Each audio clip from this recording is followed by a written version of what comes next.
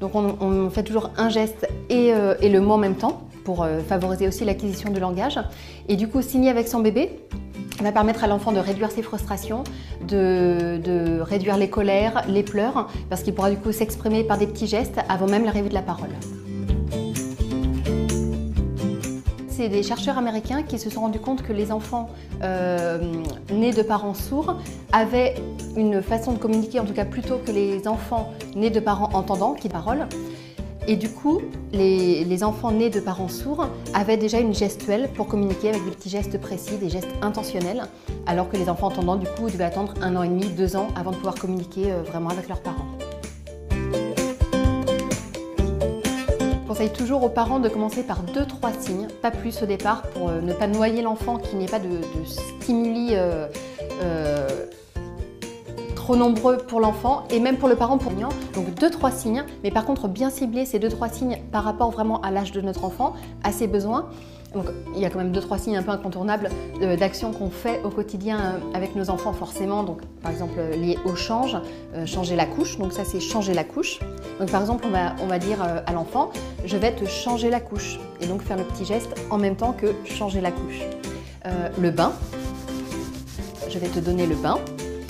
Manger, la tétée, alors le biberon et la tétée. Alors moi je donne, c'est vrai, le signe américain parce qu'il est plus facile à faire pour l'enfant avec toute la main qui se referme. Donc ça c'est la tétée. On pourrait faire dormir, on peut le faire de cette façon-là. Alors il y a plein de signes effectivement comme ça qui partent vraiment de la gestuelle naturelle comme on pourrait faire en mime, donc dormir. Alors être fatigué, câlin, on peut le faire comme ça. Câlin. Et alors la crèche, j'aime bien ce signe-là, la crèche, être en colère, et puis on associe toujours les expressions du visage à la colère. Et déjà, de créer cette complicité parent-enfant, ça évite une période de frustration qui peut être assez longue chez l'enfant à partir du moment où il pourra s'exprimer. Du coup, très tôt, on peut vraiment voir chez des bébés de 6, 7, 8 mois des premiers gestes vraiment très précis liés aux besoins, aux émotions. Du coup, avant même voilà, un certain laps de temps qui pourrait être assez long pour l'arrivée de la parole. On peut vraiment commencer dès la naissance, que ce soit par des petits gestes du quotidien, par des comptines gestuelles, ce qui peut paraître plus ludique et plus facile comme entrée à certains parents.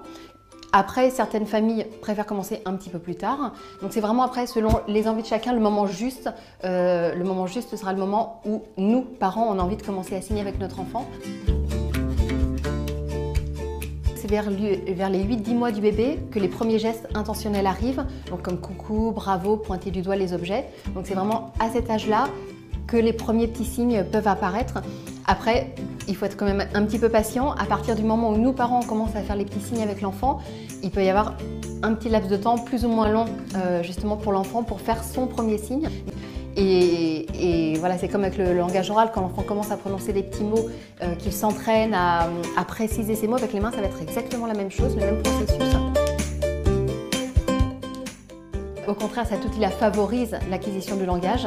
Donc on est vraiment, en associant toujours un geste et un mot, on parle normalement à notre enfant, on va faire des phrases tout à fait normales et même on va donner encore plus d'attention à notre enfant, on va se mettre à sa hauteur, on va le regarder dans les yeux, on va faire toujours le petit geste et le mot ensemble. Donc ce sera au contraire un plus puisqu'on va accompagner notre parole d'un petit geste supplémentaire et on va signer juste un mot dans la phrase. On ne va pas signer tous les mots de la phrase.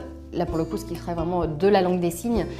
Du coup, le but, ce n'est pas de faire des enfants bilingues en langue des signes, mais vraiment d'associer un petit geste à un mot de la phrase qui va nous sembler important dans l'intérêt de l'enfant. Les enfants en général qui vont signer tôt vont être des enfants qui vont parler plus tôt, qui auront un vrai plaisir des mots, qui auront vraiment cette sensibilité aux mots, aux histoires aussi.